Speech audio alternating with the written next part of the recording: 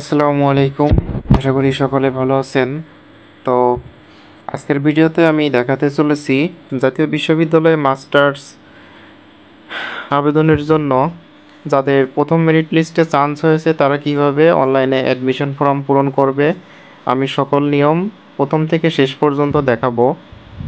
তো আমি আগের ভিডিওতে দেখিয়েছি কিভাবে প্রথম মেরিট লিস্টের রেজাল্ট অনলাইনে চেক করতে হয়। অনলাইনে চেক করার পরে আমাদের মাঝে এরকম একটা ফন্ট শো করবে।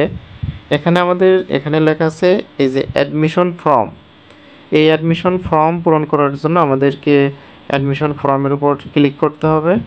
আর যারা রেজাল্ট দেখতে পারে নাই বা এই ওয়েবসাইটে কিভাবে আসতে হবে সেটা আমি এই আগের ভিডিওর লিংক ডেসক্রিপশন বক্সে দিয়ে রাখবো, সেটা দেখে নিলেই হবে। এখন অ্যাপ্লিকেশন ফর্মে চাপ দেওয়ার পরে আমাদের মাঝে এরকম একটা ইন্টারফেস শো করবে। এটা আমরা এভাবে রাখতে পারি বা ডেস্কটপ মোডেও রাখতে পারি, সমস্যা নাই, যার যেরকম ইচ্ছা। এখন এখানে আমাদের কলেজ কোড, নেম এবং ফাদার্স নেম এই তিনটা শো করবে। এখন ন্যাশনালিটি এটা আমাদের এখানে লিখে দিতে হবে। আমি বাংলাদেশে লিখে দিলাম, আপনারা বাংলাদেশে লিখে দিবেন। এরপর আছে ম্যারিটাল স্ট্যাটাস। ম্যারিটাল স্ট্যাটাস আপনি যদি ম্যারিড হন তাহলে ম্যারিড দিতে হবে, আনম্যারিড হলে আনম্যারিড দিতে হবে। এটা যেহেতু আনম্যারিড আমি এখানে আনম্যারিড দিয়ে দিলাম। এরপর আছে গার্জিয়ান নেম। গার্জিয়ানের নেম এখানে আপনি আপনার ফাদার নেমও দিতে পারেন অথবা মাদার নেমও দিতে পারেন। সো আমি এখানে ফাদার নেমটা কপি করে এখানে দিয়ে দিচ্ছি। এখন আমরা একটু ডান সাইডে যাই। ডান সাইডে গেলে এখানে আমাদের কলেজ নেম, সাবজেক্ট অ্যান্ড তার নিচে মাদার্স নেম শো করবে। এর নিচে আছে রিলিজিয়ন। এখন আপনার যে ধর্ম সেটা সিলেক্ট করবেন। আমি এখানে যারটা করে দিয়েছি সে হিন্দু, সো আমি হিন্দুজম দিয়ে দিলাম। দিয়ে দেওয়ার পরে এখন আছে আমার এখানে ফাদার অ্যান্ড মাদার্স অথবা গার্জিয়ানস অ্যানুয়াল ইনকাম। আমি এখানে আমার গার্জিয়ান যাকে দিয়েছি তার বাৎসরিক ইনকাম কত টাকা সেটা আমার এখানে এই ঘরে লিখতে হবে। সো আমি এখানে বাৎসরিক ইনকাম 1,50,000 টাকা দিয়ে দিচ্ছি। প্রতি মাসে আসে 12,500 টাকা। এখন আমরা একটু ডান সাইডে গেলে এখানে দেখতে পাবো গার্জিয়ান মোবাইল। এখন আমার গার্জিয়ানের মোবাইল নম্বরটা এখানে দিতে হবে। আমি মোবাইল নম্বরটা এখানে বসিয়ে দিচ্ছি। আমি এখানে গার্জিয়ান মোবাইল নম্বরটা বসিয়ে দিয়েছি। এখন এর নিচে আছে পার্মানেন্ট অ্যাড্রেস। বাম পাশে আছে পার্মানেন্ট অ্যাড্রেস এবং ডান পাশে আছে প্রেজেন্ট অ্যাড্রেস।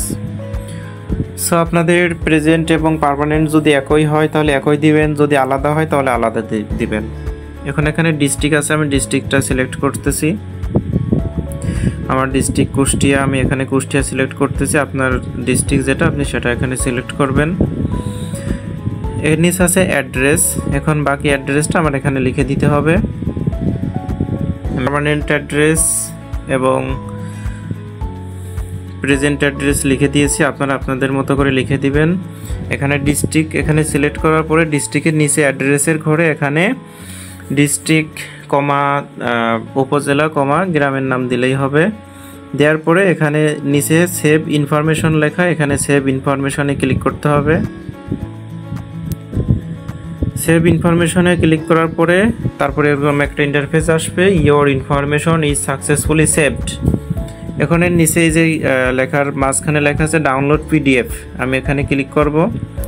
ক্লিক করার পরে আমার যে আবেদন করলাম আবেদনের পিডিএফ ফাইল আমার ফোনে ডাউনলোড হয়ে যাবে। ডাউনলোড হওয়ার পরে